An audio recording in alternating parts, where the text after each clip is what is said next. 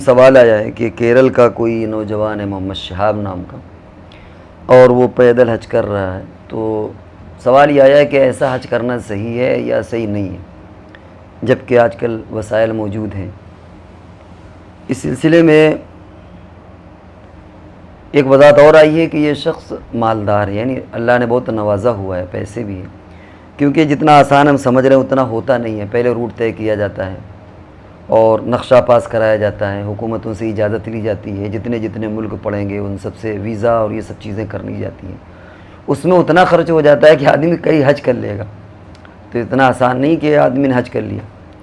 تو یہ جو حج کر رہے ہیں شہاب صاحب، اس لیے نہیں کر رہے کہ ان کے پاس پیسہ نہیں، الحمدللہ بہت پیسہ ان کے پاس ہے، لیکن جذبہ ہے کہ ہم پیدل حج کریں۔ تو اب اس سلسلے میں مسئلہ یہ ہوتا ہے کہ کیا حکم ہے۔ ظاہر بات ہے کہ اگر غریب ہے تو وہ تو چاہ کر کے بھی نہیں کر سکتا، کیونکہ جتنا خرچ راستہ طے کرنے میں، نقشہ پاس کرانے میں، ویزا وغیرہ میں وہ آئے گا، وہ تقریباً اتنا ہی آ جاتا ہے جتنا حج میں لگ رہا، ہو سکتا ہے اس سے زیادہ آ جائے، اس سے کم آ جائے۔ تو غریب تو یوں بھی جانے سے رہا، اور اگر مالدار ہے تو اسے ان تکلفات کی ضرورت کیا ہے، وہ تو اوپر سے اپنا حج کر لے، فلائٹ سے جائے اور حج کر کے چلا ہے۔ تو اب لوگ یہ پوچھ رہے ہیں کہ صاحب یہ شرعی نقطہ نظر سے کیا ہے۔ اس سلسلے میں اگر دیکھا جائے تو حدیثیں موجود ہیں، دو حدیثیں ہیں جن میں ایک صاحب تھے جو اپنے نوجوان بیٹوں کے کندھے میں لٹک کر کے اور بڑی مشقت کے ساتھ، اور انہوں نے نظر مانی تھی کہ ہم پیدل حج کریں گے۔ حضور علیہ السلام نے فرمایا کہ ایسا کرو کہ ان سے کہہ دو کہ یہ سواری جو اونٹ ہے اس میں سوار ہو جائے، اپنے آپ کو مشقت میں نہ ڈالیں، اور یہ جو نظر مانی ہے وہ چونکہ پورا نہیں کر سکتے، وہ اس کی جگہ پر کفارہ دے دیں۔ ایک اور عورت کے بارے میں آتا ہے کہ انہوں نے بھی اسی طرح کی نظر مانی، اور بلکہ یہ کہ سر میں دوپٹہ بھی نہیں رکھیں گے اور دھوپ میں کھڑے رہیں گے، اور طرح طرح کی، وہاں بھی حضور علیہ السلام نے فرمایا کہ اللہ کو تمہیں اس مشقت کی ضرورت نہیں ہے۔ تو اس اعتبار سے اگر آپ دیکھیں تو لگتا ہے کہ یہ چیز یہ ایک عجیب سا معاملہ لگتا ہے کہ جب اللہ نے دیا ہوا ہے اور مالدار ہے باقاعدہ، تو اس کی کیا ضرورت ہے آدمی اپنے آپ کو مشقت میں ڈالے۔ اور پھر ایک اور چیز ہے کہ اگر حج فرض ہے اور مان لیجئے کہ ہم پیدل کر رہے ہیں، تو ہو سکتا ہے کہ ہم راستے میں کسی حادثے کا شکار ہو جائیں۔ پیدل جانے میں جنگل پڑیں گے اور بہت سی ایسی چیزیں خطرات ہیں کہ جس میں ہماری جان بھی جا سکتی ہے، ہمارے ساتھ پریشانیاں بھی آ سکتی ہیں۔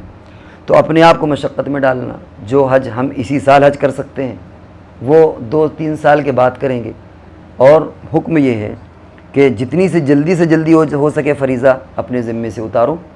تو ہم معلوم یہ ہوا کہ 2022 میں مثال کے طور پر ہم جاتے حج کر کے آ جاتے، اب ہم کو حج 3 سال کے بعد کرنا پڑے گا، اور اس سے پہلے اگر موت آ گئی تو اب بلا وجہ ہماری اس عمل کی وجہ سے حج کا مؤخر کرنا لازم آئے گا، کہ ہمارے اندر استطاعت تھی پھر بھی ہم نے اس کو لیٹ کیا۔ تو یہ تمام چیزیں اس سلسلے میں ہوتی ہیں کہ ایک تو حدیث کا وہ پہلو کہ اپنے آپ کو بلا وجہ مشقت میں مت ڈالو،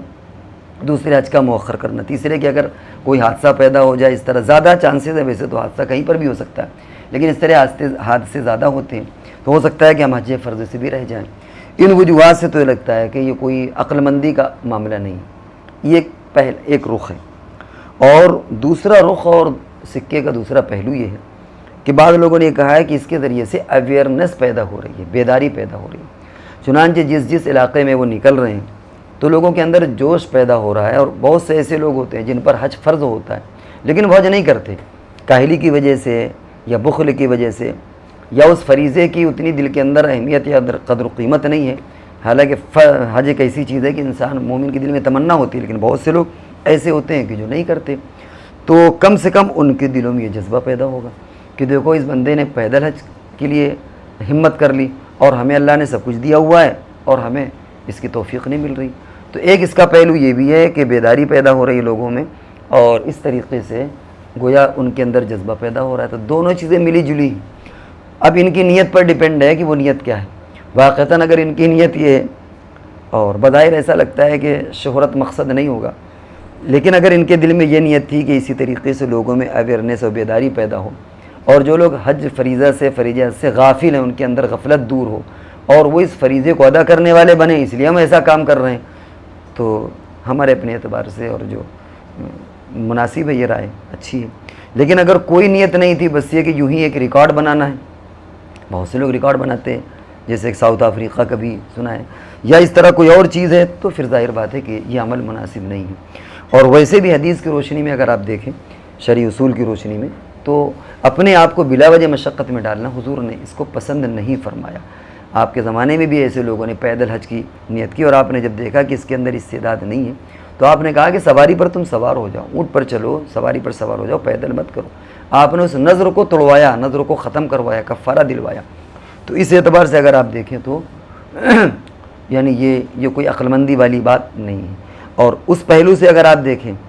کہ لوگوں کے اندر بیداری پیدا ہو، حج کا فریضہ لوگوں کو معلوم ہو، اور جو لوگ استطاعت رکھنے کے باوجود حج نہیں کرتے ان کے اندر دلچسپی پیدا ہو، شوق پیدا ہو، تو اللہ کی ذات سے امید ہے کہ ان کو اس نیک نیتی کی وجہ سے، اور یہ گویا دعوتی پیغام ہو گیا اس اعتبار سے اللہ کی ذات سے امید ہے کہ انشاءاللہ اللہ تعالیٰ ان کو اجر ثواب دے گا۔ اب یہ تو ان کی نیت پر ڈیپینڈ ہے، اور تجزیہ کرنے والے دونوں طرح کا تجزیہ کر رہے ہیں، اور ہم نے آپ کے سامنے ہلکا پھلکا دونوں تجزیہ رکھ دیا ہے۔ بہرحال یہ ہمارے ذہن میں جو بات تھی وہ ہم نے کہہ دی۔